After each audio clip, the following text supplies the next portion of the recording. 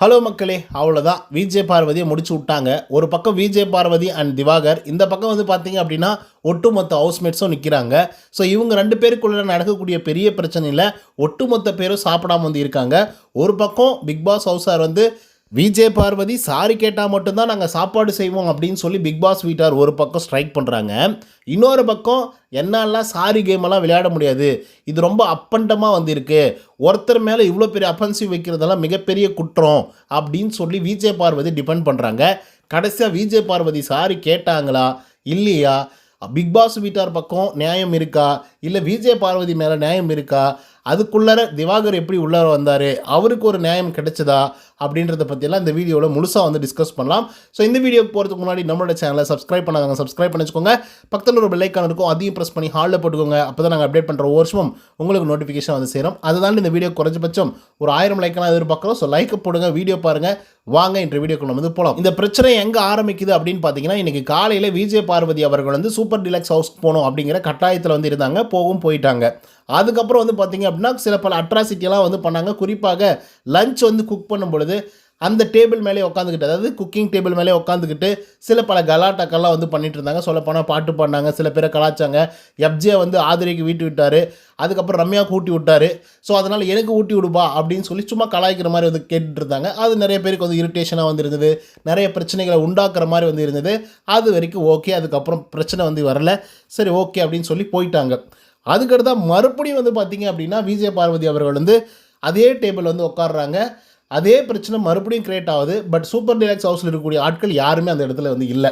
So Vijay Parvati உட்காரும் போதே நம்மளுடைய எப்ஜே அப்படிங்கிற ஒரு தற்குறி பயபுள்ள உள்ளர வந்து இருக்கார் இல்லையா, அவனை அப்படி தான் சொல்லி ஆகணும். ஏன்னா எப்படி பேசணும்னு தெரிய மாட்டேங்குது, எப்படி ரியாக்ஷன் பண்ணணும்னு தெரிய மாட்டேங்குது, எப்படி ஃபிசிக்கல் வயலன்ஸ் பண்ணாமல் இருக்கணும் அப்படிங்கிறதும் தெரிய மாட்டேங்குது. இஷ்டத்துக்கு வந்து பண்ணிகிட்ருக்கான். அந்த பையன் வந்து தெரிஞ்சு பண்ணானா இல்லை தெரியாமல் பண்ணானாலாம் தெரில. ஆனால் என்னை பொறுத்தவரையிலும் அவன் தெரிஞ்சு தான் பண்ணியிருப்பான். ஏன்னா அவ்வளோ நக்கல் பிடிச்ச ஒரு ஆள் தான், ஃபிசிக்கல் அப்யூஸ் எல்லாம் பண்ணக்கூடிய ஒரு ஆள் தான் அந்த பையன். ஸோ அவன் என்ன பண்ணுறான் அப்படின்னா, அதை கட் பண்ணும் பொழுது, அதாவது இந்த என்னது வெண்டைக்காவோ கத்திரிக்காவோ இந்த பொட்டேட்டோ அதை கட் பண்ணும் பொழுது அந்த தண்ணியை தூக்கி இறைக்கும் பொழுது பார்வதி மேலே அது விழுது. ஸோ அப்படி விழும்பொழுது வந்து பார்த்திங்க அப்படின்னா பார்வதிக்கு வந்து கோவம் வருது. சரி ஓகே, ஃபஸ்ட் டைம் போட்டான், இது வேணுத்துக்கே போடுறானா இல்லையா அப்படின்ற மாதிரி அவங்க வந்து உட்காந்துட்டே இருக்காங்க. 2வது டைம் விழுது, அது வந்து பார்த்திங்க அப்படின்னா அவங்களுக்கு வந்து பயங்கர ஹர்ட் ஆகுது. ஆனால் அவங்க போயிட்டு கலாட்டா பண்ணிகிட்டு இருக்காங்க. சும்மா எல்லாருக்கிட்டையும் பேசுகிறது, ஃபன் பண்ணுறது, பாட்டு பாடுறது, அப்படி தான் பண்ணுறாங்க. இப்போ கேமை இன்ட்ரெஸ்டிங்காக மாற்றணும் அப்படின்னா ஏதோ சம்திங் வந்து பண்ணணும் இல்லையா. ஸோ அதை வந்து அவங்க பண்ணிகிட்ருக்காங்க. சும்மா பாட்டு பாடுறாங்க, அவ்வளோதான். அதுக்காக வந்து பார்த்திங்க அப்படின்னா இந்த உலகத்தையே பிச்சு எனக்கு வந்து கொடுங்க, நான் சூப்பர் டிலக்ஸ் ஹவுஸ்லேருந்து வந்தவங்க அப்படின்லாம் வந்து பேச கிடையாது. அதுக்கு வந்து கனி கோவப்பட்டாங்க. அதை நீங்கள் ப்ரோமோக்கில் வந்து பார்த்துருப்பீங்க. உனக்கெல்லாம் சொன்னால் புரியவே புரியாது, ஒரு விஷயத்தை நீ பண்ணிவிடுவேன், அதுக்கப்புறம் என்னை கார்னர் பண்ணுறாங்க, ரவுண்ட் அப் பண்ணுறாங்க, என்னை பற்றி நீங்கள் தப்பாக பேசுகிறீங்க அப்படின்னு சொல்லி நீயா வந்து பேசிகிட்டு இருக்க, அதே போல் உங்கள்கிட்ட பேசுகிறது செவுத்தை பார்த்து பேசுகிற மாதிரி அப்படின்னு சொல்லி கனி வந்து பயங்கரமாக கோவப்படுறாங்கன்னு வச்சுப்போமே. அதுக்கப்புறம் என்ன பண்ணுறாங்க அப்படின்னா, அங்கே இருக்கிறது தப்பு அப்படின்னு தெரிஞ்சதுக்கப்புறம் இவங்க இறங்கி கீழே வந்துட்டு அவங்க சூப்பர் டிலக்ஸ் ஹவுஸ்க்கு வந்து போயிடுறாங்க. ஒரு பெரிய பிரச்சனையே வந்து கிரியேட் ஆகிடுது. எல்லா ஹவுஸ்மேட்ஸும் ஒன்றா கூடிடுறாங்க. இவங்க வந்து பார்த்திங்க அப்படின்னா சூப்பர் டிலக்ஸ் ஹவுஸ்க்கு வந்து போயிடுறாங்க. இப்போ என்ன பிரச்சனை அப்படின்னா, இந்த மாதிரி ஒரு விஷயம் பண்ணதுனால நாங்கள் வந்து குக் பண்ண மாட்டோம் அப்படிங்கிற ஒரு முடிவை வந்து எடுக்கிறாங்க பிக் பாஸ் வீட்டார் அவர்கள். ஸோ இது சரியா தவறா அப்படின்னு கேட்டிங்கன்னா, இது வந்து ஒரு தவறான விஷயம். ஏன் அப்படின்னு பார்த்தீங்கன்னா, பிக் பாஸ் வீட்டார் எடுக்கக்கூடிய முடிவுகளில் சூப்பர் டிலக்ஸ் ஹவுஸ்க்கு மட்டும் சாப்பாடு அவங்க சமைச்சு தர போகிறதில்ல, பிக் பாஸ் வீட்டாருக்கும் அவங்க தான் சமைச்சு ஆகணும். ஸோ அந்த 7 பேர் இருக்காங்க இல்லையா, இந்த 7 பேரில் வந்து அஃபெக்ட் ஆக போகிறது அந்த 7 பேரும் தான். அதே போல் இங்கே ஒரு 11 பேர் வந்து இருக்காங்க இல்லையா, அங்கேயும் அந்த 11 பேர் அஃபெக்ட் ஆகுவாங்க அப்படிங்கிற ஒரு எண்ணத்தோடு அவங்க இருந்திருந்தால் அவங்க வந்து அந்த மாதிரி ஒரு ஸ்ட்ரைக் வந்து பண்ணியிருக்க மாட்டாங்க. பட் அவங்க ஸ்ட்ரைக் பண்ணுறதுக்கு ஒரே காரணம் வந்து அவங்க விஜய் பார்வதி அவர்கள் பண்ணது. அவங்க பண்ணது காரணமா இல்லை விஜய் பார்வதி அந்த விஷயத்தை பண்ணது காரணமா அப்படின்னு கேட்டிங்கன்னா, விஜய் பார்வதி அந்த விஷயத்தை பண்ணது தான் காரணம். அடுத்ததாக துஷார்கிட்ட வந்து பார்த்திங்கன்னா முறையிடுறாங்க. இங்கே பாருங்கள், எங்களெல்லாம் வந்து குக் பண்ணலாம் முடியாது, அவங்க வந்து எங்கிட்ட சாரி கேட்கணும், பார்வதி வந்து எங்ககிட்ட சாரி கேட்டால் மட்டும்தான் நாங்கள் வந்து குக் பண்ணுவோம் அப்படிங்கிறத இவங்க பேசி வச்சுக்கிறாங்க. ஏன்னா இவங்க எஸ்டிமேட்டடாக தான் வந்து மனசுக்குள்ளே வச்சுக்கிட்டு தான் பண்ணுறாங்க ஆக்சுவலாக. ஏன்னா உண்ணாவிரதம் இருக்கிறாங்க, அதுக்கப்புறம் இவங்களுக்கு எதிராக தான் போராடுறாங்க, இல்லை நியாயத்துக்கு எதிராக போராடுறாங்க அப்படின்னா இவங்க என்னென்ன பேசிக்கிறாங்க அப்படின்னு பார்த்தீங்கன்னு வச்சுக்கோங்க. நல்லா கிளியராக சொல்கிற பாருங்க. இவங்க என்ன பேசிக்கிறாங்க அப்படின்னா, என்னப்பா ஓகேவா, பசி தாங்குவியா, பண்ணலாமா, ஓகேவா அப்படின்னு கேட்குறாங்க. ஒவ்வொருத்தரும் பரவாயில்லைங்க, நான் சாப்பிடலாம் கூட பரவாயில்ல, ஸ்ட்ரைக் பண்ணலாம். விஜய் பார்வதி வந்து சாரி கேட்டே தீரணும் அப்படிங்கிறதுல இவங்க செம்ம ஸ்ட்ராங்காக வந்து இருந்துகிட்ருக்காங்க. அப்படின்னா என்ன அர்த்தம்னா, wantedly they want to ask sorry. ஓகேங்களா, அவ்வளோதான். அந்த சாரி வந்து அவங்க கேட்கணும். ஸோ அதுக்காக வந்து பார்த்திங்க அப்படின்னா தேவையாகவே அவங்க பண்ணிகிட்ருக்காங்க. இப்போ இந்த விஷயத்த வந்து துஷார்கிட்ட சொல்கிறாங்க. துஷார் வந்து பார்த்திங்கன்னா விஜய் பார்வதி கிட்ட வந்து சொல்கிறாங்க, இங்கே பாருங்கள், நீங்கள் பண்ணதான் தப்பு, அந்த டேபிள் மேலே போகக்கூடாது, உட்காரக்கூடாது, அந்த மாதிரிலாம் பண்ணக்கூடாது அப்படின்னு சொல்லியிருக்குது, ரூல்ஸ் இருக்குது. ஆனால் நீங்கள் போகிறீங்க, எது சொன்னாலும் நீங்கள் கேட்க மாட்டேங்கிறீங்க, சூப்பர் டீலக்ஸ் ஹவுஸாக இருந்தால் எதுனாலும் பண்ணிடலாமா அப்படின்னு சொல்லி தலைவருக்கு அந்த கேள்வி கேட்கறதுக்கான உரிமைகள் இருக்குது. அந்த கேள்வியை அவர் வந்து கேட்டுட்ருக்காரு. அதுக்கு விஜய் பார்வதி சொல்கிறாங்க, இங்கே பாருங்கள், நான் சூப்பர் டீலக்ஸ் ஹவுஸில் இருக்கக்கூடிய ஒரு ஆள். ஸோ அப்படி இருக்கும் பொழுது எனக்கு எல்லா உரிமையும் இருக்குது. இங்கே உட்காரணும், இங்கே உட்காரக்கூடாது, இதை பண்ணணும், இதை பண்ணக்கூடாது அப்படின்னு சொல்லி ஒன்றும் பெரிய ரூல்ஸ் எல்லாம் வந்து பிக் பாஸ் எல்லாம் போடல. ஸோ அதனால் வந்து நீங்களாக ஒன்று வந்து சொல்லிகிட்டு இருக்காங்க, என்னாலெல்லாம் சாரியெல்லாம் கேட்க முடியாது அப்படிங்கிற மாதிரி வந்து சொல்கிறாங்க. அதுக்கப்புறம் மறுபடியும் துஷார் போகிறாரு, மறுபடியும் பிக் பாஸ் டீம் கிட்ட கேட்குறாரு, இல்லை சாரி கேட்டே ஆகணும், எங்ககிட்ட கேட்கலாம் பரவாயில்ல, அட்லீஸ்ட் தலை ஆகிய உங்ககிட்ட கேட்டால் கூட போதும் அப்படிங்கிற மாதிரி சொல்கிறாங்க.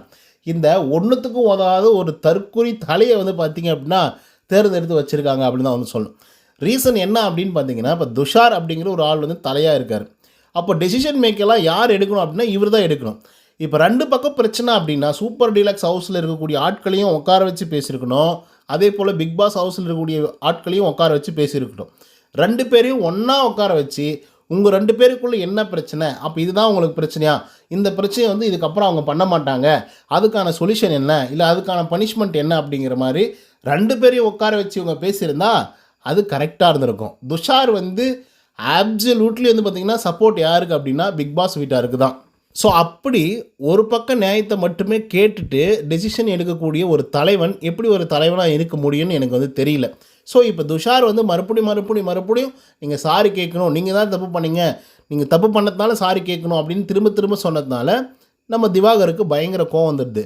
தம்பி, என்ன தம்பி பேசிகிட்டு இருக்கீங்க, அவங்க என்ன பண்ணிட்டாங்க, அவங்களுக்கு ஒரு பவர் இருக்குது, அதை அவங்க உபயோகப்படுத்தினாங்க, அவங்க வேணான்னு சொல்லிட்டாங்க, வந்துட்டாங்க, இதுக்கு போய் நீங்கள் சாரி கேட்கணும், சாரி கேட்டால் தான் சமைப்பாங்க, சாரி கேட்டால் தான் எல்லோரும் சாப்பிட முடியும் அப்படிங்கிறது ரொம்ப தப்பாக இருக்குது தம்பி.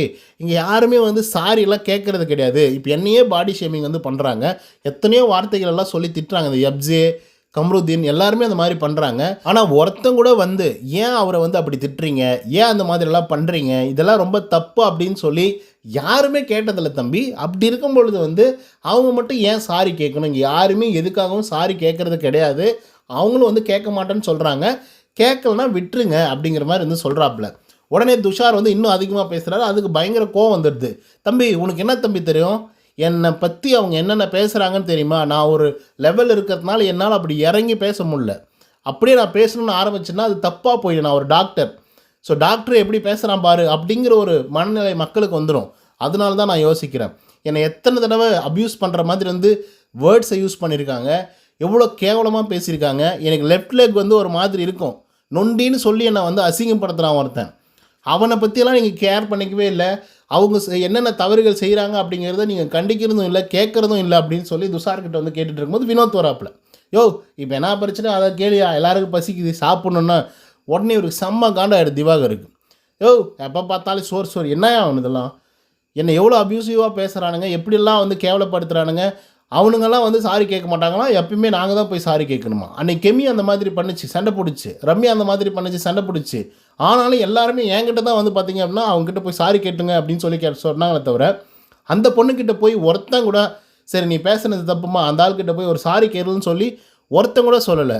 என்னையா அவங்களதெல்லாம் நேர்மை அப்படின்னு சொல்லி திவாகர் பிடிச்சி தாச்சு பூச்சின்னு கத்த ஆரம்பிக்கிறாரு. அதுக்கப்புறம் துஷார் வந்து சரிண்ணா உங்களதெல்லாம் விடுங்க, இப்போ பார்வதி என்ன சொல்கிறீங்க அப்படின்னு சொல்லி பார்வதியை கேட்கும்போது, பார்வதி என்னெல்லாம் கேட்க முடியாதுப்பா, அவங்க ஒரு பொலிட்டிக்கலாக இவ்வளோ கேவலமாக ஃபுட்டை வச்சு இப்போ பாலிடிக்ஸ் வந்து பண்ணும் பொழுது என்னால் முடியாது, இப்போ நான் வந்து தனியாலாம் நின்று எல்லா விஷயத்தையும் பண்ணேன், இப்போ நாளைக்கு நான் எதாவது பண்ணுறேன் அப்படின்னா அதுக்கு ரிப்ளை பண்ணுங்கள், நான் ஒரு விளையாட்டு விளையாடுறேன், அதுக்கு நீங்கள் வந்து அந்த விளையாட்டு மூலிமா பதில் சொல்லுங்கள், அதுக்காக சாப்பாடை வச்சு நீங்கள் அரசியல் பண்ணி சாப்பாடெல்லாம் செய்ய மாட்டேன், யாரும் சாப்பிட மாட்டோம், நாங்கள் ஸ்ட்ரைக் பண்ணுறோம் அப்படின்றதெல்லாம் ரொம்ப கேவலமான செயல்.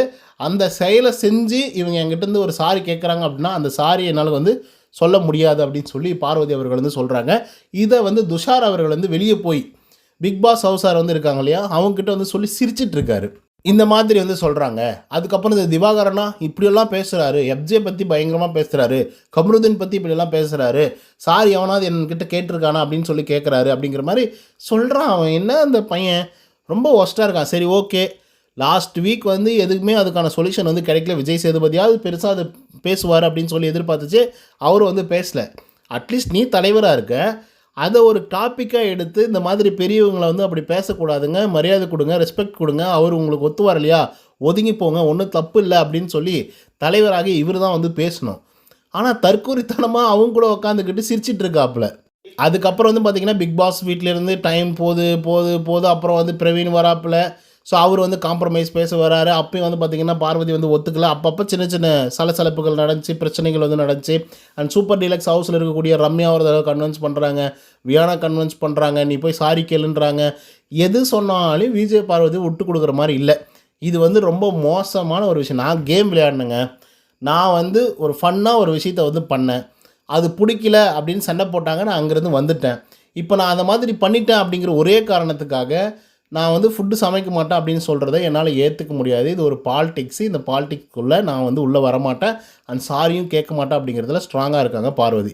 அதுக்கு அப்புறமாக கொஞ்சம் கொஞ்சமாக பேசி கன்வின்ஸ் பண்ணி சூப்பர் டீலக்ஸ் ஹவுஸில் இருக்கக்கூடிய ஆட்கள்லாம் போய் பிக் பாஸ் ஹவுஸில் இருக்கக்கூடிய ஆட்கள் கிட்ட அவள் அப்படி தான் இப்படி தான் அப்படின்னு சொல்லி அவங்க டீமை பற்றி அவங்களே ரொம்ப ரொம்ப கேவலமாக பேசி, குறிப்பாக விஜய் பார்வதியை பற்றி கேவலமாக பேசி, அப்புறம் அவங்களையும் சிரிக்க வச்சு, அதுக்கப்புறம் நீங்கள் ஏதாவது ஒன்று பண்ணுங்க அப்படின்னு சொல்ல வச்சு, அதுக்கப்புறம் விஜய் பார்வதிக்கிட்டே நீங்கள் வந்து சாரி எல்லாம் சொல்ல தேவையில்ல, சும்மா தான் அவங்கள கூப்பிட்றாங்க, நீங்கள் வாங்க எதனாலும் நம்ம டிஸ்கஸ் பண்ணலாம் அப்படின்னு சொல்லி பார்வதியை வர வச்சு கிரவுண்டில் உட்கார வச்சு இவங்கள்லாம் வந்து அட்டாக் பண்ணி பேசுனாங்க. ஆனால் பார்வதி வந்து ரொம்ப சிம்பிளாக நிதானமாக ஹம்பிளாக தான் வந்து பேசினாங்க. ஸோ அப்படி பேசும்போது நீங்கள் வந்து நடிக்கிறீங்க, மேனிப்புலேட் பண்ணுறீங்க மக்களை, மக்களுக்கு வந்து நீங்கள் காட்டுறீங்க அப்படின்னு சொல்லி எஃப்ஜே சொல்கிறதா இருக்கட்டும். கெமி அவர்கள் நீங்கள் என்னங்க இந்த டோனில் நீங்கள் பேசியிருந்தீங்க அப்படின்னா இவ்வளோ பெரிய பிரச்சனையே நடந்திருக்காது அப்படின்ட்டு சொல்கிறதா இருக்கட்டும். அவங்க ஒரு சேடிஸ்ட் அப்படின்னு சொல்லி பிரவீன் சொல்கிறதா இருக்கட்டும். இந்த மாதிரி ஒவ்வொரு வார்த்தைகளும் அடுக்கிட்டு போயிட்டே இருக்காங்க அண்ட் விட்டுட்டு போயிட்டே இருக்காங்க. ஸோ இதை வந்து ஹர்ட்ஃபுல்லாக இருக்குது அண்டு பார்வதியால் அதை ஏற்றுக்கவே முடியல. இந்த எஃப்ஜே அப்படிங்கிற ஒரு பையன் ஒரு என்ன சொல்கிறது, என்னால் வந்து ஒரு வார்த்தை சொல்லி திட்ட முடியல, அந்தளவுக்கு கேவலமாக வந்து நடந்துக்கிறான். பார்வதி வந்து உட்காரும்போது கால் மேலே காலை போட்டு உட்காருறது ஒரு பிரச்சனையும் இல்லை, ஆனால் அந்த காலை தூக்கி இப்படி மூஞ்சிக்கு நேராக காட்டுறது அப்படிங்கிறது ரொம்ப ரொம்ப கேவலமான ஒரு செயல். டாப் ஆங்கிளில் வைக்கும் பொழுது வினோத் அவர்கள் வந்து ஆரோராவை வந்து பார்த்திங்கன்னா கொஞ்சிக்கிட்டு இருக்காப்புல. யோ என்னையா பண்ணுங்கிறீங்க, ஒருத்தி கேம் விளையாடிட்டு இருக்கா, கேம் மூலிமா நீங்கள் அதுக்கு பதிலடி சொல்லுங்கள் அப்படின்னா ஸ்ட்ரைக் பண்ணுறேன், சாப்பாடு பண்ண மாட்டேன், நாங்களும் சாப்பிடாமல் இருப்போம் அப்படின்ற மாதிரி கேவலமான நிஜமாகவே பார்வதி சொல்கிற மாதிரி பாலிடிக்ஸ் பண்ணிகிட்டு இருக்காங்க. அதுக்கப்புறம் ஒரு பெரிய டிஸ்கஷன் போச்சு. கனியக்காவெலாம் பாயிண்ட் பை பாயிண்ட்டாக பேசுகிறாங்க, மூச்சு விடாமல் பேசுகிறாங்க. இத்தனை பிரச்சனைக்கும் காரணமே கனியக்கா தான். ஏன்னா காலையிலே உப்பை போட்டு கஞ்சியை ஊற்றிடலாம் அப்படின்னு முடிவு பண்ணதே இவங்க தான். ஆமாம், இந்த பாயிண்ட்டை நான் சொல்ல மறந்துட்டேன். காலையில் கஞ்சியில் நிறைய உப்பு போட்டாங்க, உப்பை போட்டு குடிக்கக்கூடாது சூப்பர் டீலக்ஸ் ஹவுஸார் அப்படின்ற ஒரு முடிவுக்கு வந்துட்டாங்க. ஸோ இப்போ அது வந்து ஃபுட்டு வேஸ்ட் ஆகாதா? ஆனால் இவங்க வந்து ஃபுட்டு வேஸ்ட் பண்ணும்போது மட்டும் ஃபுட்டு ஏன் வேஸ்ட் பண்ணுறீங்க அப்படின்னு சொல்லி கேட்குறாங்க. ஸோ இதெல்லாம் ஏன் வந்து இப்படி பண்ணுறாங்க? நம்ம பண்ணால் ஒரு மாதிரி ட்ரீட் பண்ணுறாங்க, அவங்க பண்ணால் அதை சாதாரணமாக எடுத்துக்கிறாங்க. அது மட்டும் இல்லாமல் பிக் பாஸ் ஹவுஸில் இருக்கக்கூடிய ஆட்கள் வந்து கரெக்டாக குறிப்பிட்டு சூப்பர் டீலக்ஸ் ஹவுஸில் இருக்கக்கூடிய ஆட்களை மட்டும் கரெக்டாக குறி வச்சு நாமினேட் பண்ணுறாங்க. இங்கேருந்து 4 பேர் அப்படின்னா அங்கேருந்து ஒரு 2 பேரை தான் நாமினேட் பண்ணுறாங்க அப்படிங்கிற மாதிரி கிளியராக சொன்னாங்க விஜய் பார்வதி. இதை விட கிளியராக யாருக்கும் சொல்ல முடியாது. இப்போ தான் கொஞ்சம் வியானாவுக்கு, சுபிக்ஷாவுக்கு எல்லாருக்குமே வந்து தெரிய வருது. பட் இருந்தாலும் இவங்களுமே வந்து விஜய் பார்வதிக்கு அகெய்னஸ்ட் அப்படின்னு வந்து சொல்லலாம். அது என்ன காரணம்லாம் தெரில மொத்தமாக.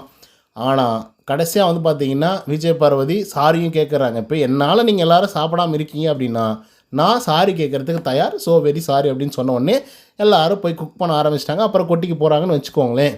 இப்போது காம்ப்ரமைஸ் பேச சொல்லி கூட்டிகிட்டு வந்த தலைவன் வேர் இஸ் த தலைவன் அப்படிங்கிற மாதிரி வந்து தலைவனும் காணும் தலைவியும் காணும், 2 பேரும் டூயட் பாட போயிட்டாங்க. மற்றவங்கெல்லாம் உட்காந்துக்கிட்டு காம்ப்ரமைஸ் வந்து பேசிகிட்டு இருக்காங்க. ஐயோ நீ எல்லாம் ஒரு தலைவனா சொல்லு பார்க்கலாம். ஃபைனலி விஜய் பார்வதி கிளியராக வந்து பார்த்திங்க அப்படின்னா முடித்தாங்க. அது என்னென்னா 18 பேர் என்னால் சாப்பிடாமல் இருக்காங்க அப்படின்னா நான் சாரி கேட்க தயார், நான் சாரி கேட்குறேன் அப்படின்னு சொல்கிறது தான் கண்டென்ட்டு. ஸோ இந்த ஒரு விஷயம் ரொம்ப பெரிய அளவில் பேசும் பொருளாக இருந்துச்சு. பயங்கரமாக ஃபைட் நடந்துச்சு. கம்ருதீன்னு ஒருத்தர் இருக்கான், அந்த பையனுக்கு சுத்தமாக மேனஸ் கிடையாது, அதே மாதிரி சென்சிபிள் கிடையாது, எதுவுமே கிடையாதுங்க, காமன் சென்ஸே கிடையாது. திவாகரை போடா வாடாங்கிறான், பைத்தியங்கிறான், உருண்டன்றான், இஷ்டத்துக்கு வந்து பேசுகிறான். இந்த விஜய் சேதுபதிக்கு சொன்னால் எதானா ஒரு வார்னிங் கொடுத்து தொலைங்கடா, இல்லை அவங்கள ஏதாவது பேசுகிறத வந்து கண்ட்ரோல் பண்ணுற மாதிரி ஏதாவது ஒரு கமெண்டிங்காவது அடிங்க, ரோஸ்டாவது பண்ணுங்க அப்படின்னா ஃபஸ்ட்டு வீக் அப்படிங்கிறதுனால லிபரலாக விட்டு போயிட்டாப்புல. இது இப்போ திரும்பவும் வந்து பார்த்திங்கன்னா தொடர ஆரம்பிக்குது. கம்ருதீன் பேச ஆரம்பித்து இப்போ வினோத்தும் பேச ஆரம்பிச்சிட்டாரு. யாரை? திவாகரை வாடா போடான்னு பேசுகிற அளவுக்கு, பைத்தியம்னு சொல்கிற அளவுக்கு. எஃப்ஜே வாண்டடாக நிறைய விஷயங்கள் திரும்ப பண்ணிகிட்ருக்கான். இந்த மாதிரி நிறைய விஷயங்களை நம்ம சொல்லிட்டு போயிட்டே இருக்கலாம். அந்தளவுக்கு கேவலமாக கீழ்த்தரமாக நடந்துக்கிட்டாங்க. அதில் ஆதிரையோடைய கேரக்டர் கிளியராக தெரிஞ்சிருச்சு. ஒரு பக்கம் சமரசம் பேசிகிட்டு இருக்காங்க, இன்னொரு பக்கம் போய் கட்டி பிடிச்சிட்டு இருக்காங்க. ஜேவும் ஆதிரியும் இவங்கெல்லாம் வந்து பசியிலையும் பட்டினிலையும் இருக்கிற மாதிரியே ஃபீல் பண்ணுறாங்க. ஓகே கைஸ், இதை பற்றின உங்களோட கருத்துக்கள் என்ன அப்படிங்கிறத கமெண்ட்ஸில் சொல்லுங்கள். இந்த வீடியோ உங்களுக்கு வந்து பிடிச்சிருந்தா லைக் அண்ட் சப்ஸ்கிரைப் பண்ண மறந்துடாதீங்க. நன்றி, வணக்கம்.